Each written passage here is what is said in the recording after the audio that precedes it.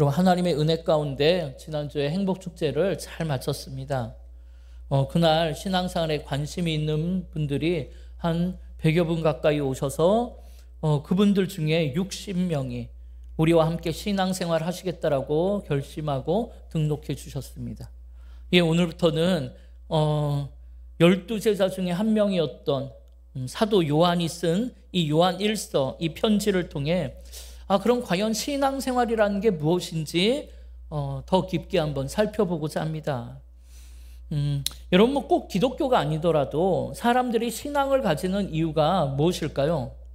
많은 사람들이 삶의 문제를 해결하기 위하여 또 인생의 소원을 이루기 위하여 신앙을 가졌다라고 생각하지만, 여러분, 압도적 1위는 마음의 평안과 삶의 행복을 위해 내가 신앙을 가졌다라고 이야기를 했다라는 거예요. 그럼 여러분, 지난주에 행복이 뭐라고 했습니까? 행복은 삶에서 충분한 만족과 기쁨을 누리는 상태라고 했습니다. 그렇다면 여러분은 이 행복을 위하여 신앙생활을 하시는 거잖아요. 그럼 지금의 여러분의 신앙생활을 통해 여러분은 삶의 만족과 기쁨을 누리며 살아가고 계십니까? 여러분, 많은 사람들이 이걸 위해 신앙생활을 한다고 하잖아요. 그런데 내가 만약에 그렇지 않다면, 나는 삶의 만족도 기쁨도 없다면, 여러분, 그 이유가 무엇일까요? 여러분, 그거는 우리가 행복과 기쁨을 유한한 세상에서, 유통기한이 있는 세상에서 찾고 있기 때문이라고 합니다. 오늘 인생의 석양을 바라보고 있는 이 노년의 요한이 육신의 힘을, 마지막 힘을 다해서 삶의 행복과 기쁨이 넘치는 신앙생활이라는 게 과연 무엇인지를 우리에게 말해주고 있는 것입니다. 이 이야기를 통해서 여러분, 예수를 믿는다는 것, 이게 무엇인지를 다시 한번 확인하시고 인생의 행복, 삶의 기쁨을 회복하는 신앙생활이 되시기를 주님의 이름으로 축원합니다. 여러분, 한 번은 외국 선교사들의 눈에 비친 한국 교회에 관한 글을 읽어본 적이 있어요. 외국 선교사들이 볼 때 한국 교회는 복음이 전해진 지 100년이라는 아주 짧은 기간 안에 놀라운 부흥과 성장을 이루었고, 주일 성수는 말할 것도 없고, 새벽기도, 금요철야, 이런 기도에 힘쓰고 또 여러 가지 헌신과 봉사에도 열심이고, 미국 다음으로 선교사를 가장 많이 보내는 그런 나라가 되어서 너무나 놀랐다는 거예요. 그런데 또 한편으로는 700만 명이나 되는 이 그리스도인들 중에, 기독교인 중에 형식적으로 신앙생활하는 그리스도인, 다시 말해 주일이면 그저 습관적으로 교회에 나가는 일명 가짜 그리스도인이 너무나 많다는 데에 또 한 번 놀랬다라는 거예요. 그럼 여러분은 진짜 그리스도인입니까? 여러분, 내가 진짜인지 가짜인지 어떻게 알 수 있을까요? 여러분, 그거는 우리의 속을 뒤집어 보면 알 수 있답니다. 그럼 여러분, 우리가 이렇게 겉으로는 예수의 옷을 입고 예수를 믿는다 이야기하지만, 실제로 우리의 속을 뒤집어 보면 예수가 없는 사람이 너무 많다는 거예요. 예수를 만나본 적이 없고, 그러니까 당연히 예수님이 누군지도 모르고, 그런데도 예수님을 만나고픈 사모하는 마음조차 그 속에 없다면, 그런 사람은 바로 형식적인 가짜 그리스도인인 것입니다. 그리고 이렇게 예수를 만난 적이 없는 형식적인 그리스도인들에겐 특징이 하나가 있는데, 그런 사람들의 삶을 가만히 살펴보면 풍랑의 세상 앞에 걱정과 두려움으로, 불평과 원망으로, 미움과 분노로 살더라는 거예요. 그래서 그 삶에는 기쁨이라는 게 없대요. 여러분, 기쁨이란 건 추수하는 열매를 추수할 때 생기는 게 진짜 기쁨이에요. 생명을 잉태할 때 느끼는 게 진짜 기쁨이죠. 그런데 여러분, 세상의 열매로만 기뻐하는 삶을 사니까 유통기한이 있는 세상의 기쁨이란 건 이내 사라져버리기 때문에 그런 기쁨으로는 세상을 살아갈 힘이 나오질 않는다는 거예요. 여러분, 우리에게 세상을 살아갈 힘을 주는 기쁨이라는 것, 여러분, 그건 신앙의 열매, 생명의 열매, 성령의 열매를 거둘 때에만 나오는 기쁨이라 합니다. 그리고 그렇게 신앙의 열매, 생명의 열매는 예수 그리스도를 만나고 내 삶에 예수로 가득 찰 때 맺히기 시작한대요. 그러니까 예수를 만나본 적이 없다면 당연히 신앙의 열매 또한 맺히질 않았을 것이고, 그러면 당연히 세상과 상관없이 샘솟아오르는 이 진짜 기쁨이란 걸 맛볼 수가 없죠. 그럼 지금 여러분의 삶을 돌아보세요. 과연 나는 유통기한이 없이, 그러니까 세상의 상황과 형편 변한 게 하나도 없어도 그저 내 안에 샘솟아오르는 설레이는 기쁨이 있는지, 막 꿈으로 가득 찬지, 세상을 살아갈 힘이 내게 넘치는지, 내 삶은 그런 기쁨의 근원 되시는, 나에게 그런 기쁨 주시는 예수로 충만한지, 나는 그런 예수를 만난 적이 있는지 생각해 보라는 거예요. 예, 오늘 이 편지를 쓴 사도 요한은 예수님이 이 땅에 있을 때 예수님을 만나본 사람이에요. 그리고 예수님의 사랑을 가장 많이 받은 사람이라고 써 있어요. 그럼 그가 오늘 우리에게 뭐라고 얘기하냐면, 예수님을 믿는다는 건 나와 함께 하시는 예수님을 내가 느끼고 만나는 것이라는 거예요.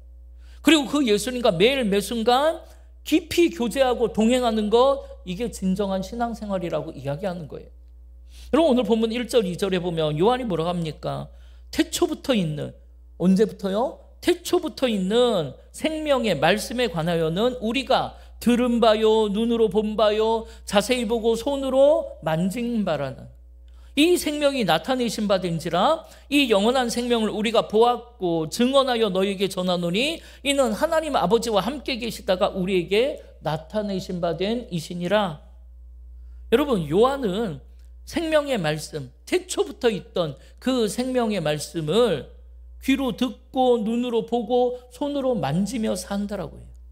그리고 이 말씀은 하나님 아버지하고 함께 계시다가 우리에게 나타내신 바 된 분이라는 거예요. 그럼 여러분, 하나님 아버지하고 함께 계시다가 우리에게 이 땅에 나타나신 분이 누구입니까? 예수 그리스도죠. 바로 말씀이 육신이 되어 이 땅에 오신 예수 그리스도 아닙니까? 그러니까 요한은 부활 승천하시고 예수님이 계시지 않아도 나는 여전히 예수님을 만나고 있다는 거예요. 나는 여전히 예수님을 듣고 보고 손으로 만지고 있고, 나는 그렇게 내가 만난 생명의 말씀이신 예수님을 너희에게도 전하고 싶다라고 이야기하는 거예요. 그러면서 요한은 자신이 예수님을 전하려고 하는 그 이유를 3절 4절에 밝히고 있는데요, 우리가 보고 들은 바를 너희에게도 전함은 너희로 우리와 사귐이 있게 하려 함이니 우리의 사귐은 아버지와 그의 아들 예수 그리스도와 더불어 누림이라. 우리가 이것을 쓰면 우리의 기쁨이 충만하게 하려 함이라. 여러분, 이게 무슨 말입니까?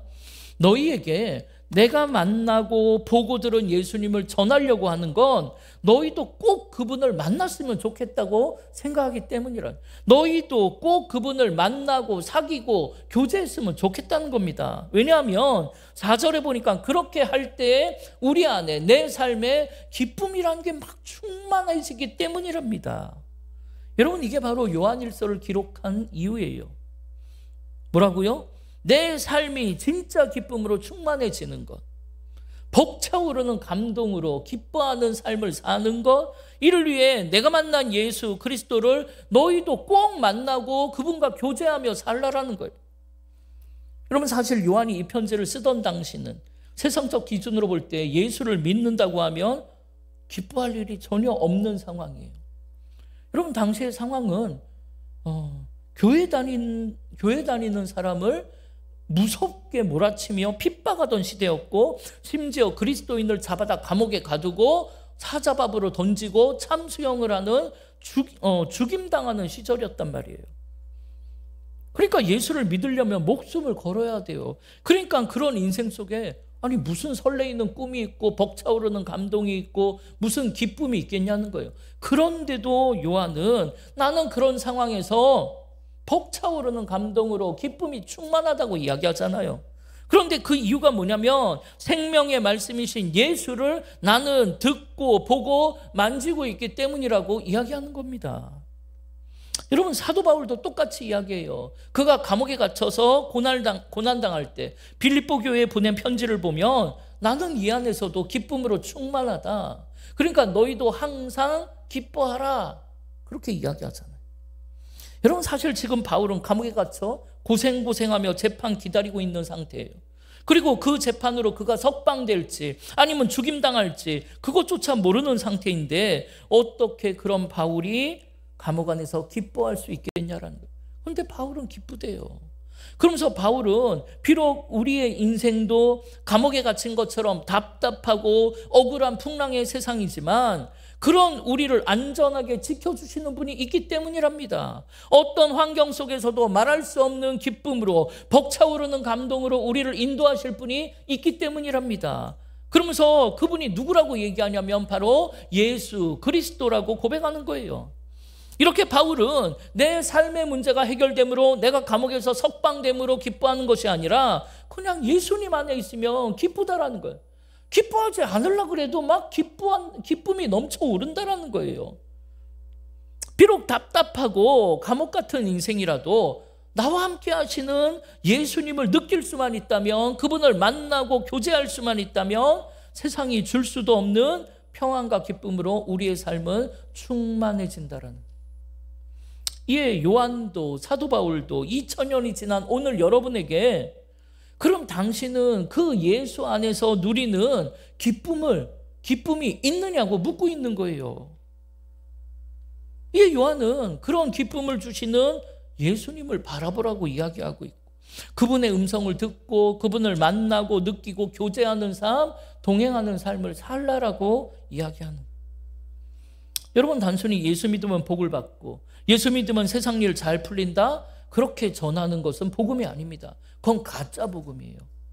예수님은 그런 일을 하기 위해서 이 땅에 오신 분이 아니기 때문입니다. 그럼 여러분, 예수님은 뭘 하러 이 땅에 오셨습니까? 우리에게 영원한 생명을 주시려고 이 땅에 오셨죠.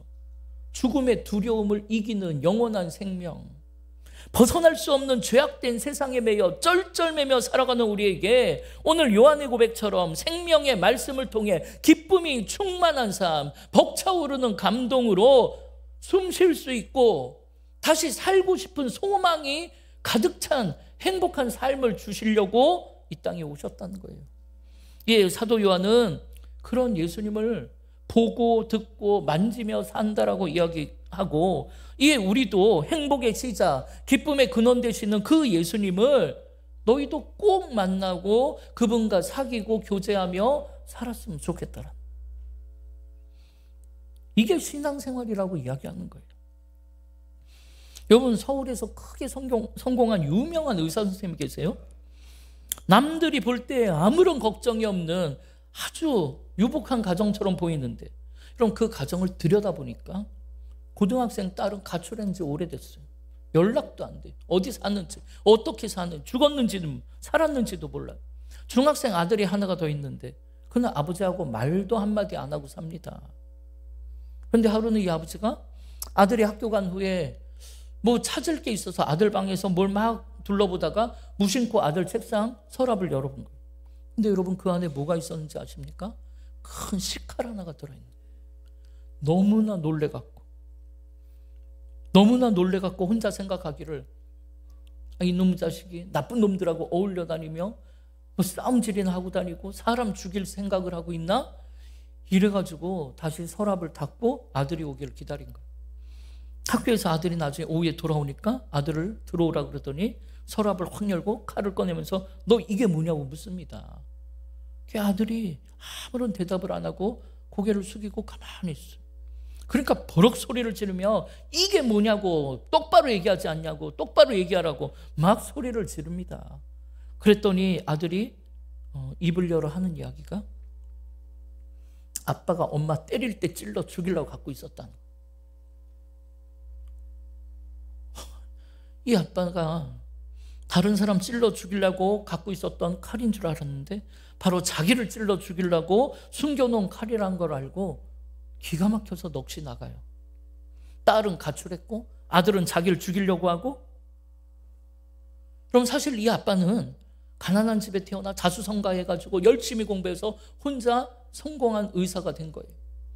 그러니까 자신의 기대만큼 따라오지 못하는 이 자식들을 못마땅하게 여기고 이들을 매일 윽박지르고 혼내고 호통치고 벼랑 끝으로 몰아세우고 폭력을 사용하고 애들 똑바로 못 키웠다고 아내한테 그 분노와 원망을 다 쏟아붓고 그러고 살았던 거예요.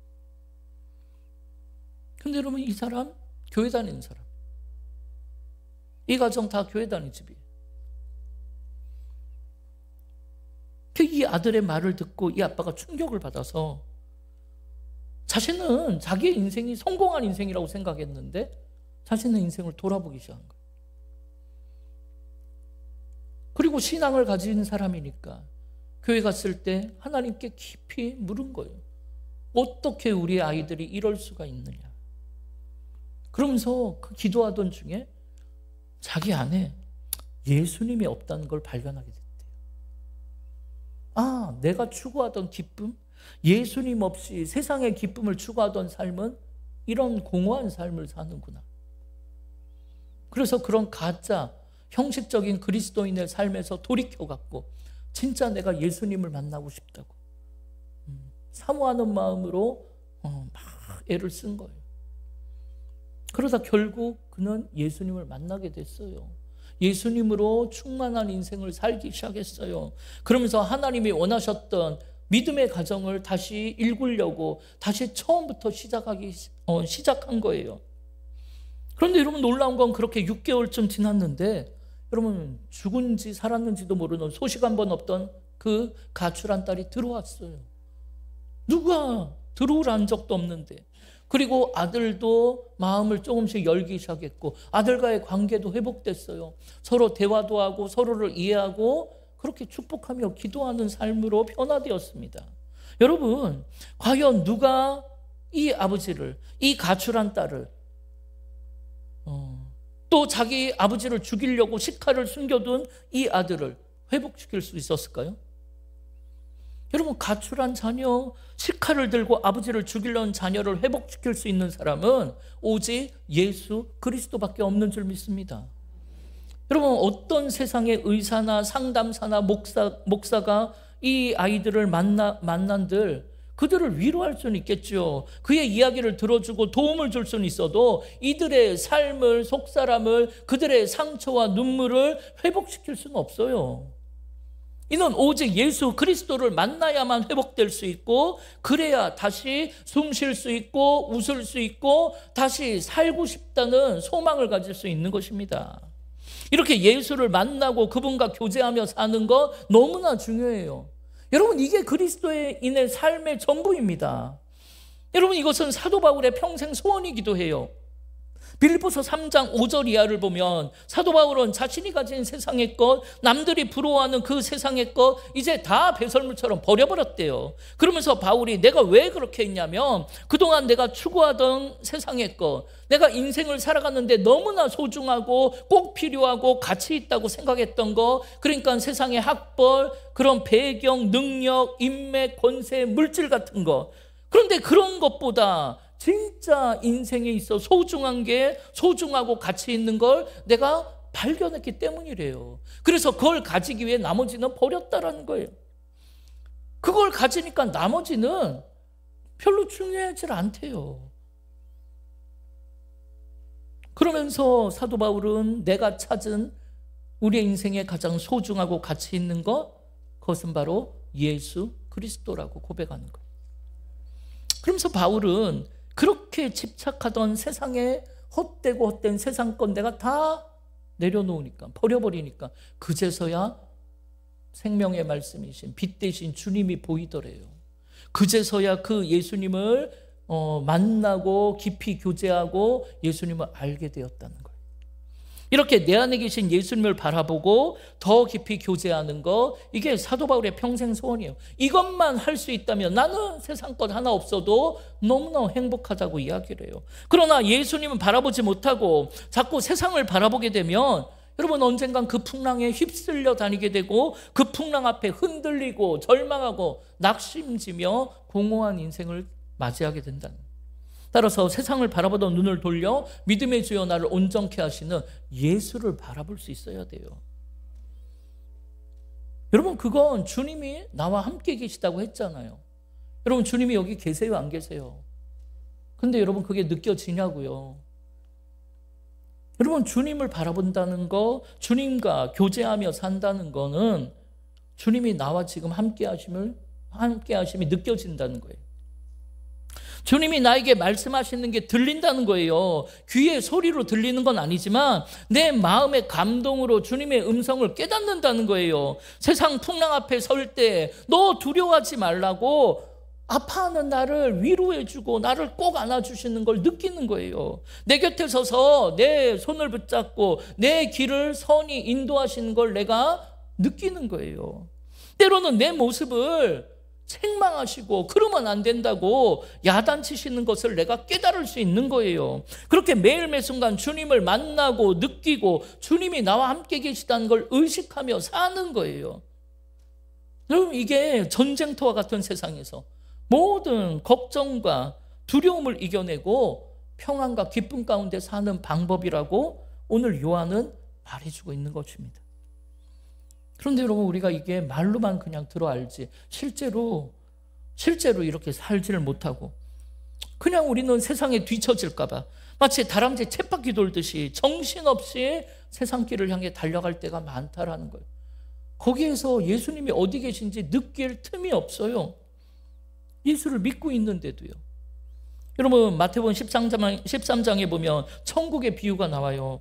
하루는 밭에 묻혀있는 보물을 발견한 사람이 자신의 재산을 다 팔아 그 밭을 샀단 말이에요. 너무너무나 행복했어요. 얼마나 설레이는지 몰라요.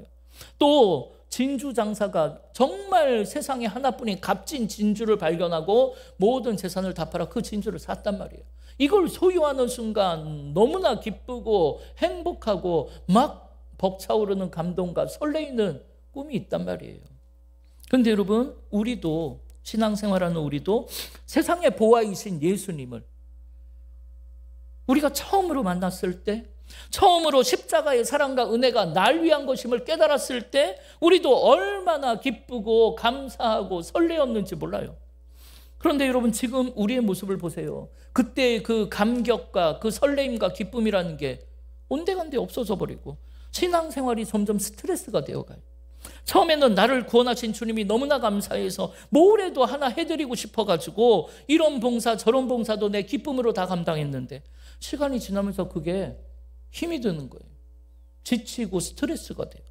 그러면서 분명히 나는 예수님을 만났고 동행한다고 생각했는데 정작 나에게 그분과 동행하는 기쁨이 없더라는 거예요. 그러면 여러분, 그 이유가 무엇입니까?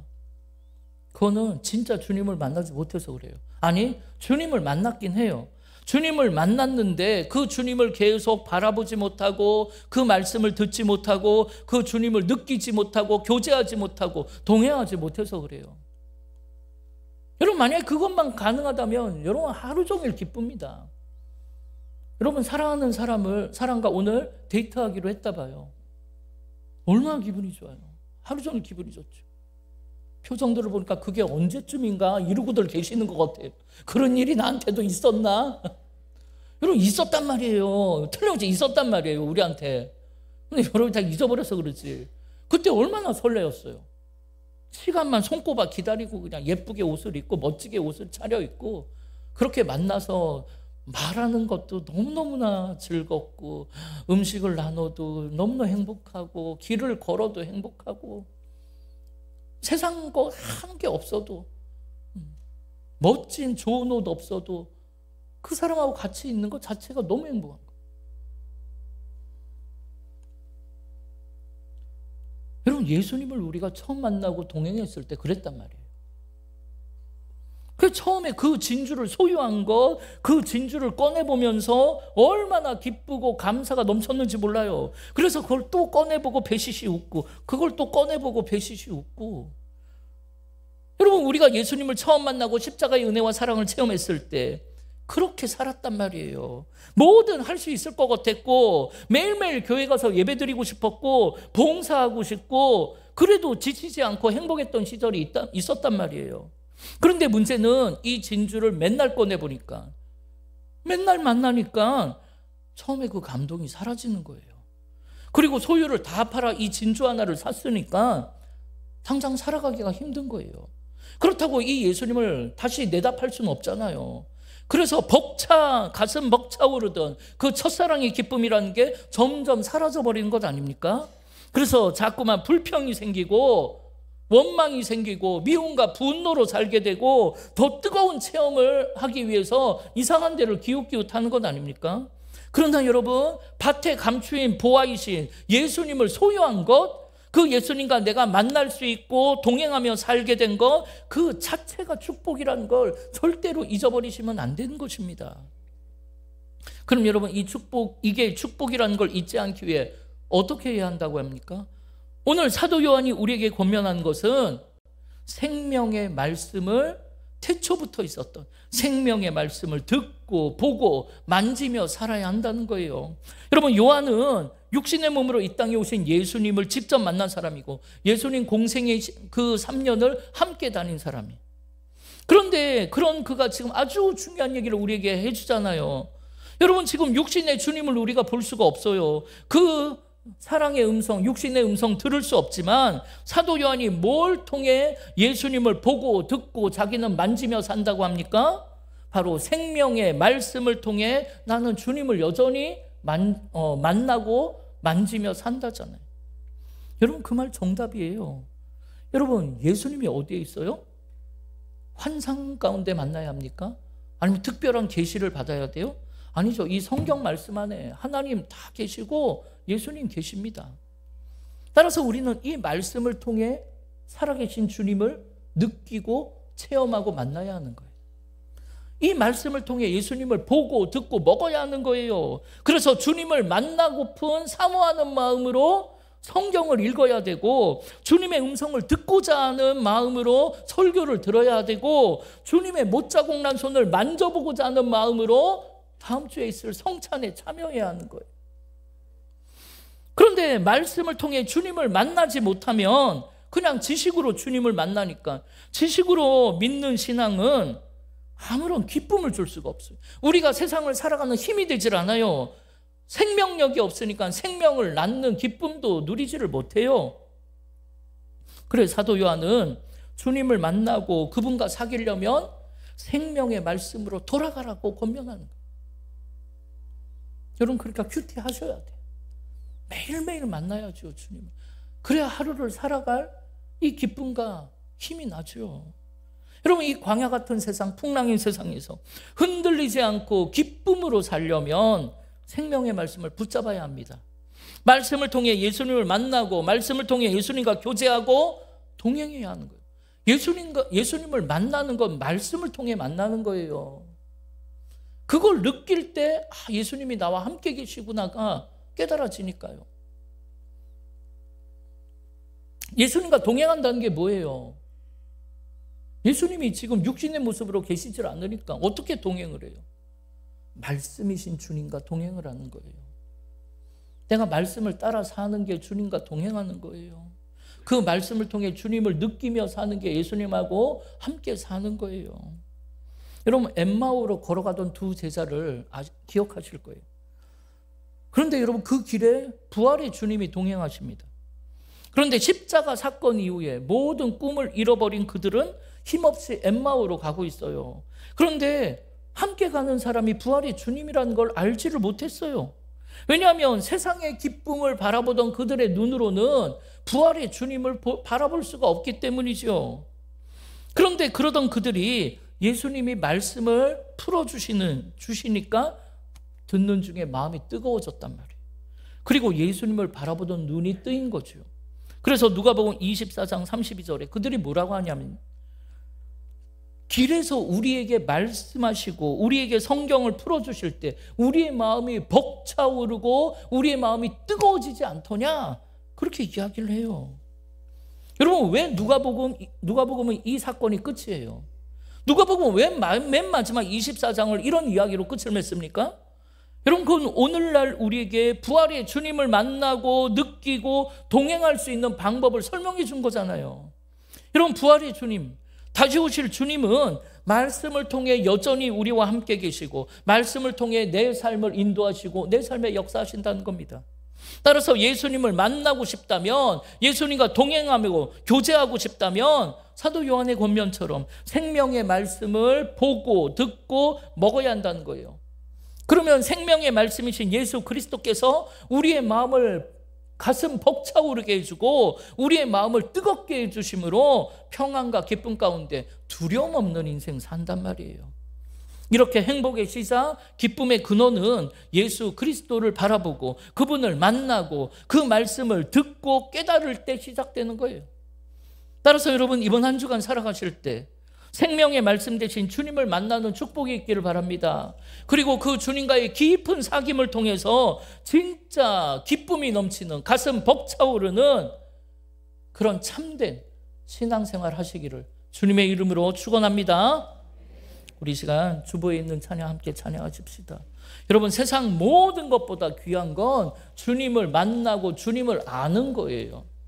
여러분, 이 찬양 드릴 때 그런 마음으로 가슴이 뜨거워지는 은혜가 있기를 바랍니다.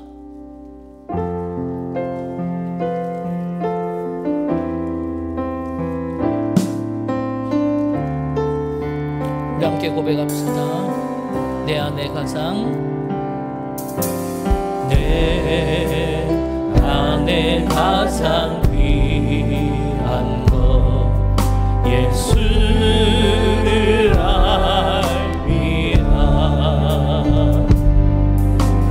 그 금보다 더 귀한 것 예수를 알미라. 세상 지식보다 귀한 것, 지식보다 귀한 것 예수를 알미라. 내 안에 가장 귀한 것 예수를 알미라. 예수의 이름, 예수의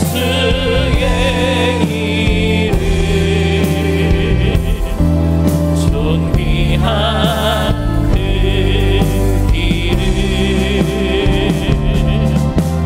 예수의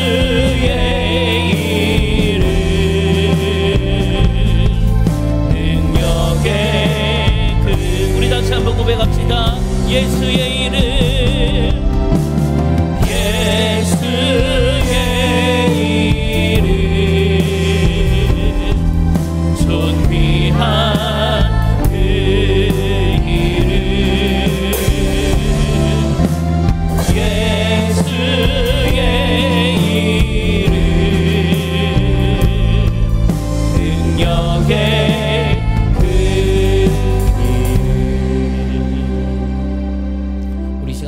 한번 마음 모아 기도할 텐데요. 여러분, 여러분의 인생의 삶을 다시 속을 들여다보세요. 뒤집어 보세요. 과연 거기에 예수님이 있습니까? 만약 예수님이 있다면 그 예수님을 여러분 느끼며 체험하며 만나고 교제하고 그러고 살고 계십니까? 그게 아니라면, 예수님이 나와 함께 하신데 내 그 예수님을 외면하며 산다면 여러분은 그냥 공허한 인생 되는 거예요. 세상 걱정, 근심에 두려워하는 인생 되는 거예요. 여러분, 그렇게 살고 싶지는 않습니다.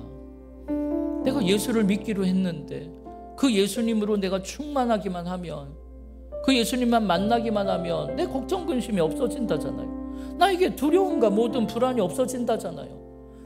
오히려 나에게 막 가슴 벅차오르는 뜨거움이 생긴다잖아요. 그 예수님으로 내가 막 웃고 웃을 수 있고 숨 쉴 수 있고 다시 살고 싶은 소망 가운데 기뻐할 수 있다잖아요. 여러분, 이 시간 기도하실 때 하나님, 나와 함께 하시는 주님을 만나게 좀 해달라고, 그 주님을 내가 느낄 수 있게 해달라고, 그 주님을 내가 느끼고 교제할 수 있고 그 주님과 동행하는 삶을 살게 해달라고, 그래서 하나님, 나도 기쁨으로 충만한 삶을 살게 해달라고, 하나님, 나에게도 예수 그리스도와 더불어 행복한 인생 살게 해달라고, 숨 쉴 수 있고 하나님 소망 가운데 다시 살고 싶은 그런 인생, 복된 인생 살게 해달라고 우리 주의 이름을 한번 부르며 합심으로 기도하겠습니다.